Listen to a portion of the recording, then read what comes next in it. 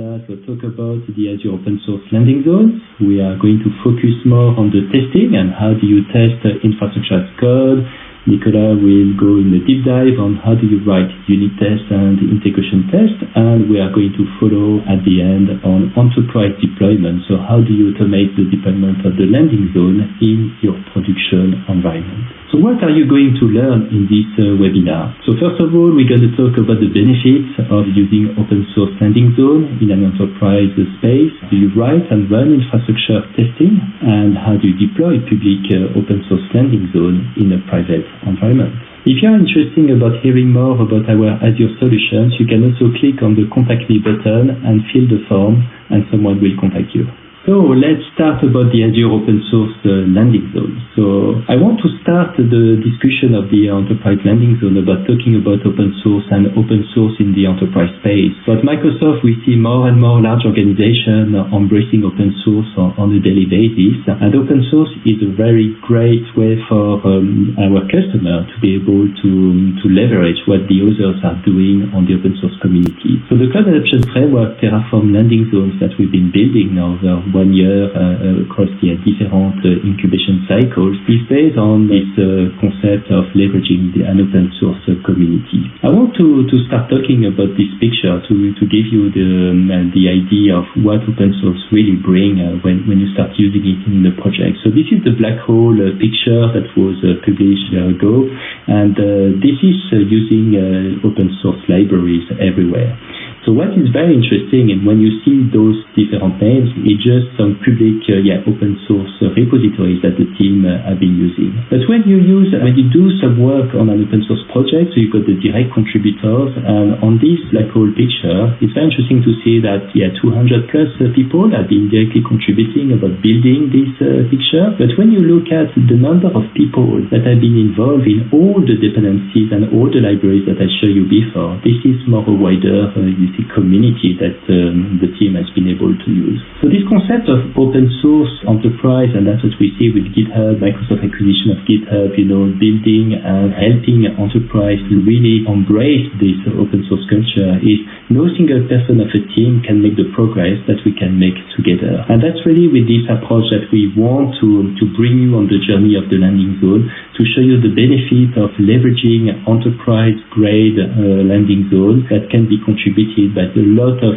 different customer, partners, people at Microsoft that you can leverage into your enterprise space. So we're going to go for a demonstration to show you, first of all, the Azure open source landing zone and how we do some testing on the GitHub Actions. You can get access to the Azure TerraForm landing zone by going to the ak.ms TF landing zones. You will be redirected to the GitHub project where we store all the public landing zones on the framework. If you scroll down, you can see an introduction of the framework, so how the framework has been built between landing zone and modules and blueprints. And scrolling down, you got some samples landing zone. If you click on the landing zone hub and spoke, you can go into more details, and this is where you can see the reference architecture that we are using for that. So this is a traditional hub and spoke, and in this hub and spoke we've got different components, and here you can see the submodules. So if you're interested to understand how it's working, so just navigate, go through that, clone the repo, and you can get access to the different modules. So it's a good way to learn. So now if you go to the GitHub Actions, so this is where we are doing the testing. So those public landing zones are continuously tested. So someone is submitting a pull request, it's going to be executed to make sure that all together those landing zones are still working. So if you pick up one of those, so this is the integration test for the landing zone, you can see there's a workflow file, and in this workflow file, this is where we structure the different parameters. So you can see the different jobs. So this is the level 0, the foundation, when we store the TerraForm state. The CAF foundation are the shared services where we put all the diagnostic activity logs, and this is the landing zone themselves. So you can see we are using the matrix on line 120, and we test all the different permutations. So then different steps steps to execute the deployment and the destroy as well. So going down to the logs, so you can see all the different steps being executed. And in this one, if I expand the deploy landing zone, you can see the rover with the parameter files and all the context. And it's very good because here you can see the detail of the TerraForm plan, and you can know exactly what the landing zone is going to deploy. So very good way to get visibility and evidence on what's going to be done by the landing zone on the framework. So feel free to explore those frameworks, those GitHub Actions log. It's a good way for you to learn as well. Now we're going to have a look at testing applied to infrastructure as code and understand why it is important to test your infrastructure. So why is testing important? Testing is an essential part of software development lifecycle. It's here to reduce the risk by proactively finding issues, enforcing clarity by watching code that can be tested, and prevent regression as well, and facilitate changes. So it's also a very good way to document code and features. And just like any piece of software, so it can be C#, Java, or Go, infrastructure as code must be tested. Testing is time-consuming, but it's product-saving. So broken infrastructure code will have devastating effects on your production. So if something is broken in your infra as code and that you go with that in production, it can delete everything that you have in production and break your entire environment.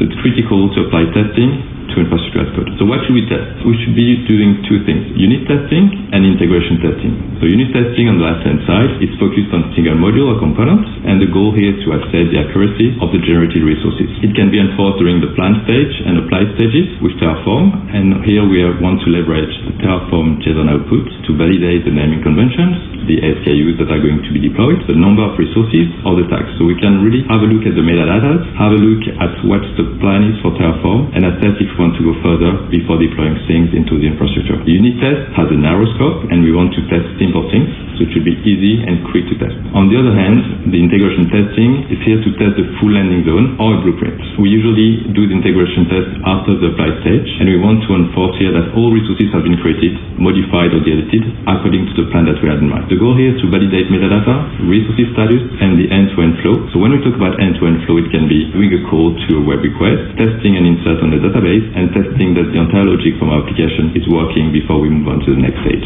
So let's have a look at the flow that we can put in place for testing. The first step is to prepare an empty environment so that we can deploy our test in a staging environment. We're going to design module or landing zone according to a plan that we agreed on with the architect team. Then we're going to write unit tests or integration tests. We're going then to write infrastructure according to the test plan that we put in place. And if the test fails, then we're going to refactor our code and run the test again until it's successful. At the end of the test, we want to make sure that beyond creating the resources, we can destroy the resources as well, and that we can return to a known state, and that the entire flow is working correct. Now we're going to see how we're going to write tests for infrastructure as code. So we're going to have a look at how to write unit tests, and then we're going to have a look at how to write integration tests. So we have a few tools that we recommend for this. First, we're going to use TerraForm for our landing zone, so we're going to use TerraForm as well for testing. And in TerraForm, there's two key features that we want to use. The first one is TerraForm show, using the JSON representation for TF state files, and the second one is TerraForm output, again using the JSON file format. Here, the goal of the output is to extract the values of our TerraForm apply phase to get the information after the deployment. We're also going to use JQ. So JQ is a lightweighted, flexible command line JSON processor. The goal here is to pre-process the output from TerraForm, extract some key values to pass them down to the next stage. And the next stage is using the Resource Graph API to retrieve what has been deployed on Azure. And here the goal is to use the Azure SDK to query at scale using the language called KQL for Kusto Query Language. Let's have a look at the unit testing strategy. Here the objective is to validate that the configuration of a single component, such as a module, is working as expected. The first part, we're going to use the TerraForm plan before any deployment, and we want to validate here that the plan phase is successful. So we want to make sure that TerraForm doesn't have any issues. Then we want to retrieve the TerraForm plan state as a JSON file, and then we want to parse JSON file using our preferred tool or language. It can be Golang with JQ, or it can be C# or Java, for instance. We're going then to extract the relevant metadata and compare them to the expected results. Let's have a look at some code. So here we have some TerraForm files. We have some resource groups that are going to be created, and we have 3 resource groups. So we have an API demo, we have a networking demo, and we have insight demo, and we're using a prefix as well. On the right-hand side, we have our unit tests. The unit tests are using some key imports from Golang. So we're going to use GitHub Testify for the assertion phase, but we're also going to use the TerraForm JSON SDK. And this one is fundamental because if you have a look at the code below, the TerraForm SDK is going to call TerraForm. So we're going to be able to call TerraForm from our test, call the plan phase, get the output from in a JSON format, and then challenge this output based on a few assertions. So in my code, I have actually 4 assertions. I have count, so I'm going to assert that there's 3 resources that have been created, and then there's the 3 resource groups. So I want to make sure that I have 3 resource groups that have been tested, and that the name is correct as well. So Nicolas, if I may ask you a question. So basically here on the left you got a config file. This is the way you want to name your resources, and on the right you are showing the code, and you want to make sure that, for example, if you specify that you need a prefix, the concatenation is going to be done as expected. Is that basically what you are doing in the unit test? Exactly. So this is a unit test. So we are trying to test a single feature. Here we want to make sure that the plan phase has worked for our resource group module. And in our definition we have 2 things, right? We have a list of resource groups, so we have 3 of them, and we have a prefix as well. And we're using behind the scenes the CAF naming convention, and we want to challenge that the naming convention is working and that our resource group module is working as well. So we know the expected result of this configuration, right? We have the prefix, which is test, and then we have the resource groups. So the output of the TerraForm plan should be 3 resource groups called test API demo, test networking demo, and the last one we test inside demo. If everything works to plan, then this is exactly what we should get in the TerraForm output. And you're assuming the test will be successful? Yes, the test should be successful, and we'll do a demo afterwards to explain how this is done. Very good. Let's talk about integration test. So the integration testing strategy is a bit different here. We want to validate here that the deployment of a module and a broader landing zone is successful for a targeted environment. So we're not here unit testing features anymore. We want to have a look at the holistic view of what has been deployed in Azure, and we want to do that after the TerraForm apply phase. So really here, we want to deploy our code, we want to test our code based on the environment, and we want to make sure that what has been deployed is actually what we had in mind. So here's the methodology. We're going to first validate that the apply phase is successful.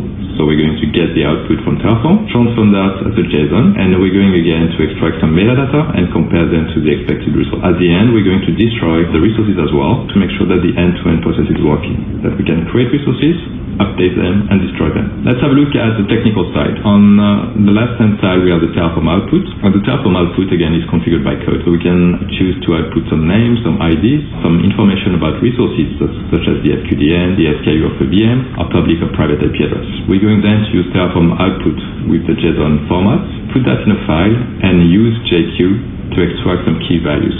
In the example here, I want to extract the tags that are applied to a SQL Server instance. So the SQL Server has been deployed with Terraform. I know exactly the values that are expected because I've been writing the code for this deployment, and I know that the SQL Server is outputting some tags. So I can retrieve them again using JQ. This is going to be helpful afterwards to pass this output and challenge that with the next stage, which is the Resource Graph API. So what's the Resource Graph? It's a service that extends Azure Resource Management by providing efficient and performance resource exploration. If you've been using the portal, this is exactly what's happening when you do a search. So every time you do a search in the Azure portal, you do get some results, and it's using behind the scenes the Azure Resource Graph. The goal here is to provide efficient and performance resource exploration, and to be able to query complex resources, doing filtering, grouping, all type of search to aggregate multiple resources or filter resources. Here the goal is really to enforce governance, enforce that you know where your resources and how to query them. And the new features as well that we have in the resource graph is the ability to detect changes that have been made to resource properties. And this is really in line with the deployment that we want to do and the continuous process. So let's have a look at a resource graph query. So again, using KQL, so Custom Query Language, the exact same language that we have in Log Analytics, and Data Explorer as well. We're going to start with the table first. So here is the resource, and then we're going to do some filtering. And finally, we want to project not all the information, but we want to do some advanced filtering, so we just want the ID, the name, and the properties. So the type here is the resource. It can be resource containers as well if I want to query resource groups, but here I just want to get information about the SQL Server, so I'm going to select the resource table. Filtering, again, I'm interested in two things. Interested in a specific database that I've created, so I know it's going to be called Contoso ST, and I just want to get the ID, the name, properties and tags. I don't want any additional information because I'm not going to use them into my integration test. This is the output of the resource graph. So you can go to the portal, go to Azure Resource Graph Explorer, and start to query your resources. So start to get used with the language, play around, do some queries on your production environment or dev environment and see what's the output and how you can leverage that into your integration testing. How do you use that? So we've been doing the query, that's great, we know what type of information it can do. Now we need to apply integration testing at scale. So here in this example, we're going to use Golang, we're going to use as well the Azure SDK in Golang, and we're going to use the output. So we are copying the output of TerraForm that we had before using TerraForm outputs and JQ. We're putting some of the values into our environment variables, and then we're getting these environment variables back into our unit test.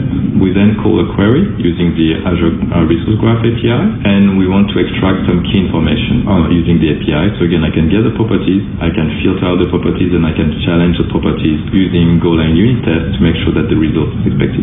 So what's the result expected from this query? Again, I want to get the information from my SQL server. So I'm going to make sure that the SQL server is located in Southeast Asia, that it's using the right version of the SQL engine, and it's targeted at the right environment as well, so that the tags are valid as well. Then I'm going to make sure that I only have one single resource, and at the end of the day, what I can do as well, if I want to go a bit further, is I can test manually the properties using unit test and other assertions into my code, and going further and making sure that the integration test is fully compliant with the expectations. Okay, this is great, Nicolas. So before we go to the demo, it's very good to remind for everybody in the audience that testing infrastructure as code is very similar to testing any software. So you got unit test. So you test during the planification phase. You want to check if something is working as expected, but you don't deploy. And integration test, you deploy the resources and then you compare with what has been deployed. So this is definitely the two approach that we are taking to be able to test all the public landing zones. Exactly, and what's quite important as well is that we don't go straight in production, right? We do some testing into multiple environments before we move on to the next stage, and this is what we're going to see now. Let's have a look at our custom module. So this one is a very simple one. We're just looping through a list of resource groups and creating them on the fly. We're going to use three parameters, so the prefix, the name for every single resource group, and a list of tags, again, that are going to be passed down into parameters. So let's have a look at the variables. We have the list again of resource groups. So in the sample, we have three of them, the prefix and the tags. We also have here an example folder where we're going to have the locals defining some pre-baked variables and inputs, and we're going to use these to test our module. So let's have a look. Let's call TerraForm with this resource group module. I'm going to go in the command line and do a TerraForm init first. So this is downloading all the dependencies. Now I'm going to do a TerraForm plan and output the file locally. I'm using the out option to select the file where I want the output to be.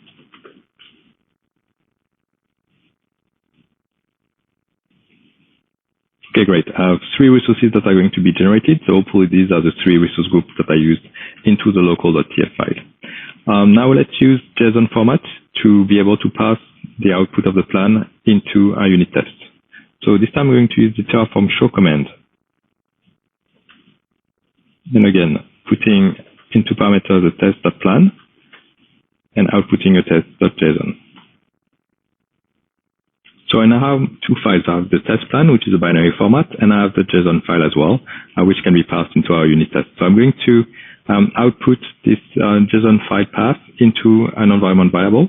So I'm going to do an export JSON plan path, and I'm going to select the path to this specific file. I can now go into my unit test folder. So it's organized in test, then units, and into the unit folder, I have a single file, which is resource group module unit test. So this is the unit test file. We have two dependencies. The first one is TerraForm JSON. So this is an SDK from TerraForm. And the second one is the testify asset library. In my single unit test, I'm going first to read the JSON file using the environment variable that we've configured in the previous step. And then I'm going to read this file using TF plan. So I'm going to use the TF JSON library using the plan method, and then reading the file, mapping that to the file format from TerraForm. I'm going then to have four assertions. So the first one is testing the number of resources that has been generated. And then I'm going to have three additional tests to test some metadata. I'm simply going to call go test, and I'm going to use an additional tool to generate the report using the JUnit format. Let's first go into our test folder. So I'm going to navigate to the unit test folder. I'm using go test with the verbose option, and I'm also going to use go JUnit report to generate a JUnit report format file. I only have one unit test. The test is successful. I have one test, 0 failures. And I've been testing 4 things, as I mentioned before, so the number of resources, and then the metadata of our 3 resource groups. So now let's see what happens if I try to break the unit test. So I'm going to change the first assertion. Instead of 3, I'm going to put 4. I'm going to save the file and run the test again. And here I do have a failure. So again, one test, one failure. So I can easily repair. And that's a great way to make sure that the test is actually working as expected. Right, so let's talk now about the enterprise deployment. So how do you automate the landing zone update into your production environment? So we've seen the public open source landing zone on GitHub. So we show you how we are doing unit testing, integration tests using GitHub Actions. And now I'm going to show you how we are transitioning to a private repository. So in this example, you can see Azure DevOps, but it can be also a GitHub, a private project. It can be any Git repositories that you are using in your organization. But the idea on this private repository is to fork the public Azure landing zones, and this is where you host your private configuration repositories and pipelines.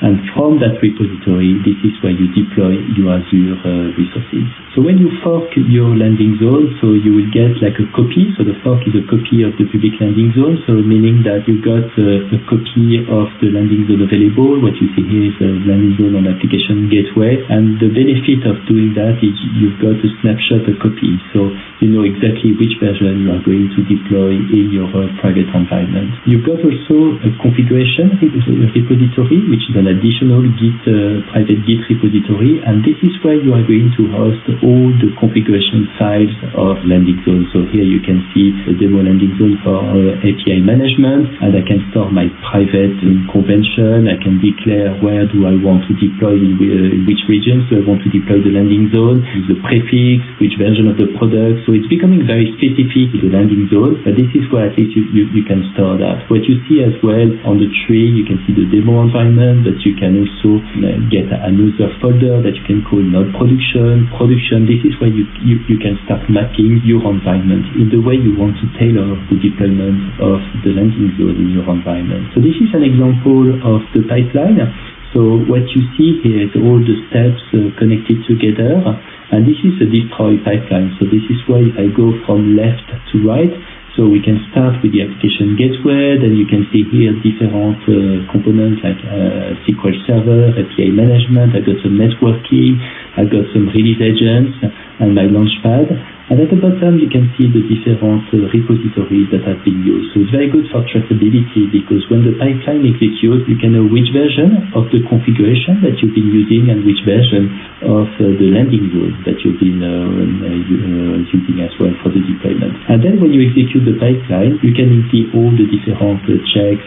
So what has been successful, where it's been failing. You can rerun stage if you want to, or you can narrow down into the different logs. And Nicolas showed you earlier the different testing scenarios, but you can augment as well the pipeline to include your own testing framework. So you can put some security testing, you can put some compliance testing, you can put some performance tests. So you can really tailor in your private environment in the way you want to leverage those public landing zones. Exactly, yeah. We want to install the concept of gates, just like you're doing when you deploy a new version of your application. You should be doing the same thing when you deploy a new version of your infrastructure as code. So essentially testing every single stages, making sure that we do unit tests first, then we do integration tests to make sure that we can proceed to the next deployment, to the next landing zone, and to the next layer before we move on. And essentially doing some traceability, understanding what has changed, doing some logging as well, and validating our assumption, validating the environment, before we temper anything in production. Hey Nico, it's time for a demonstration. So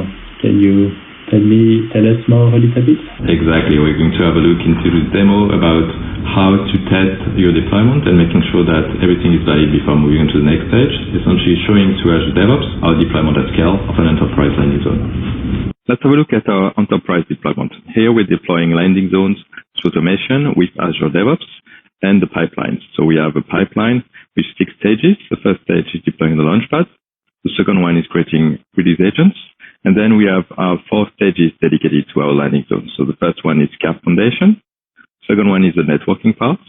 And then we have 2 workloads, so our SQL Server and a web application, which is hosted on an Azure Container Instance. You can see that for every stage in our landing zone deployment, we have some tests. And these are integration tests that we are running at every stage to make sure that we can move on to the next section, because we do have dependencies between the foundation, the networking, the SQL, and the web stages.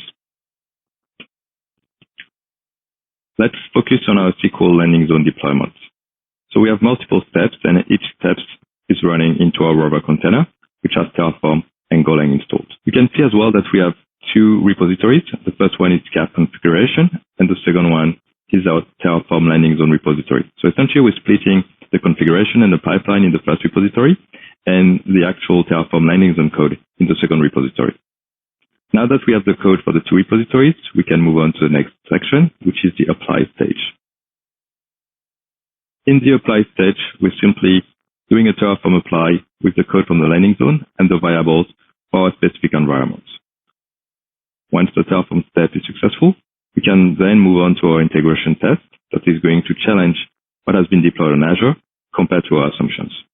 The integration test here is using Golang, same concept as the unit test, but this time we're going to use another tool, which is the Resource Graph API. Once the integration test is completed, we're simply going to publish the results. And we'll be able to see which tests are successful and which tests failed. So let's have a look at the results from our integration test. I'm going to navigate back to the full deployment, and I'm going to select this time the results for the SQL test. So clicking here with our test results. For this deployment, we have a total of 4 tests. So 1 test for the networking, 2 tests for the CAF Foundation, and 1 test for landing zone SQL. Essentially testing that SQL Server has been installed correctly, that the log analytics and the resource group for the operations is deployed as well, and that the networking is successful as well, so that the VNet address space is the right one. Let's now have a look at our 2 repositories. The first one, CAF configuration, contains the code for the pipeline and our input variables for TerraForm. Into this CAF configuration, I have 2 folders, demo and production. The goal here is to segregate the configuration and the pipeline for each environment. So we have the demo environment here, and into the demo environment, I have the code for my multiple landing zones. And again, we'll be focusing this time on this SQL deployment. I have 2 files. The first one is the pipeline, and the second one are the input variables for TerraForm. Let's have a look at the pipeline. As you can see, this stage depends on the landing zone networking deployment. We have to make sure that we do have the networking before we can move on to the SQL part. All the steps are running into our Rover container, which contains all the required tools. And the container is running in a virtual machine in our subscription. We also have some variables that we're going to use within the deployment. And then we have multiple steps. So the first one is doing a login, and we're using MSI to prevent using your username and password or service principals. Then the next step is doing a TerraForm apply and using again the output as a JSON for the TF stake file. And we can then extract some variables using JQ, so the same system that we've been using for our unit test. We're extracting values from the output of TerraForm. Here we're getting the name for the SQL server. We're getting the name for the resource group, the environment, the SQL version, and the location. And we will need these variables for our integration test later on. Our integration test is focused here on running a Golang unit test. We're using the JUnit format as well, so we can export the results and see them into our pipeline. You can see on line 72 that I'm calling the Go test command line with a variables option and outputting the results into JUnit format again using the Go JUnit report tool. Let's now have a look at how the integration test is coded. I'm now going to move on to our second repository, which contains the code for our landing zone and the code for the integration test as well. In the TerraForm landing zones repository, we have multiple landing zones. They're organized in 3 categories: blueprints, landing zones, and modules. The landing zones folder is separated into multiple deployments, and we're going to focus on the landing zone SQL. So here I have the code for the landing zone, which is simply calling the Blueprint SQL Server module and deploying a SQL Server instance. And we have as well the test folder, which contains our integration tests. In this scenario, I simply want to test that our SQL Server has been successfully deployed and that the naming convention is matching what I have in the TerraForm script. So here we've done two things. We've automated the deployment of landing zones through a pipeline, and we've tested as well that the deployment is a success by combining TerraForm and the Azure Resource Graph API. Thank you very much, Nicolas, for this great demonstration. I hope all the audience enjoy it as well. So in this webinar, we show you how to leverage the GitHub Enterprise Public Landing Zone, how it's been tested, and how you can benefit and get that working in your private environment. Thank you, Laurent. So now it's time for the questions. We'll feel free to put any of the questions in the chat pod, and we'll get back to you shortly.